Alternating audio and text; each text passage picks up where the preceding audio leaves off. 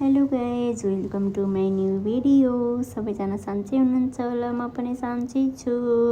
आज चाहिँ मैले लप्सीको अचार बनाउन गएको छु। लप्सीलाई राम्रोसँग धोएँ अनि धोएर त्यसलाई बोइल गर्न राखिदिएँ। बोइल गरेर मैले त्यसको पानी पनि छुट्याएँ अनि त्यसको बोक्रा पनि छुट्याएँ। अनि मैले जिरा, मेथी, खुर्सानी रेडी पारेँ अनि अरू मसलाहरू पनि रेडी छ। त्यहाँ मैले भिडियोमा चाहिँ देखाइनँ। अनि मैले यो के भन्छ यसलाई सक्खर भेली भन्छ अनि त्यसलाई पनि रेडी पारेँ। अनि मैले त्यो उयोहरू पनि फोकिसकेँ, लप्सी पनि फोकिसकेँ अनि बोक्राहरू छुट्याइ राखिसकेँ।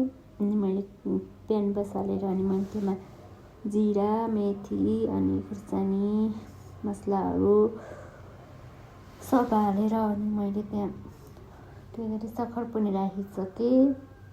अनि राखेर मैले एकछिन त्यसलाई सक्खरलाई मजाले पगाल्छु, त्यो पगाल्न छोडिदिन्छु। अनि म बाहिर घाममा आएर सुन्तला खाएँ। सुन्तला खाएर हिमालय एक्लै सुन्तला खाँदै गरेँ।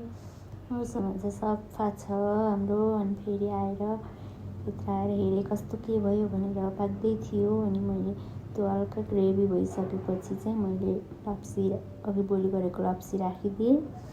लप्सी राखिदिएपछि एकछिनमा रेडी हुन्छ। अनि मैले त्यसलाई यत्तिकै नै राखिदिएँ। पछि सेलाएपछि मैले यसलाई भाँडामा खनाउँछु। Bye bye guys, thank you.